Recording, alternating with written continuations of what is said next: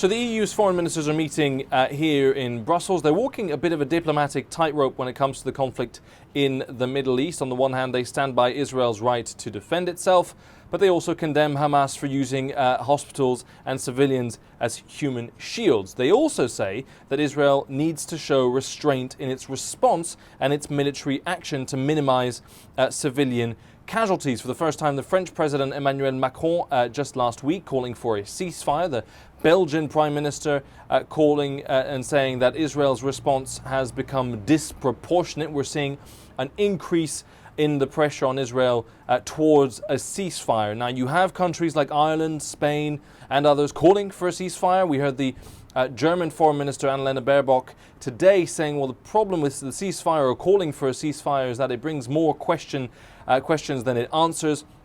Most notably saying that if there is a ceasefire, who will ensure Israel's security and what will happen to those hostages still trapped in Gaza? And that's why Germany, Austria and others are slightly more reluctant to call for a ceasefire. So that's the state of play on that. We know from a joint statement from all EU 27 member states that they condemn Hamas, as I said, stand by Israel's right to defend itself, but call for maximum restraint in Israeli military action. The other big topic, as has been the case for so many of these foreign affairs councils, is Ukraine. The EU's top diplomat, Josep Borrell, saying we must not forget Ukraine. The foreign minister of Lithuania saying that any loss of focus or any talk of peace talks or ceasefire in Ukraine would inevitably lead to a victory parade for Vladimir Putin. So those EU ministers very much sending a clear signal that they will not forget Ukraine. They will continue to support Ukraine. And part of how they're going to do that is by working through their differences on the long-term plans of support. 20 billion euros over 4 years was the plan. That has faced some resistance among member states who say, look, we don't really know what the world's going to be like in 4 years.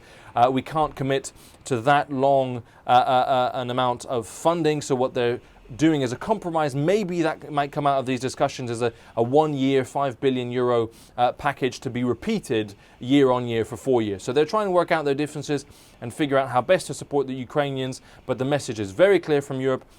The short-term crisis in the Middle East will not distract them from their long-term support for Ukraine. I'm Alex Cadier in Brussels for CGTN.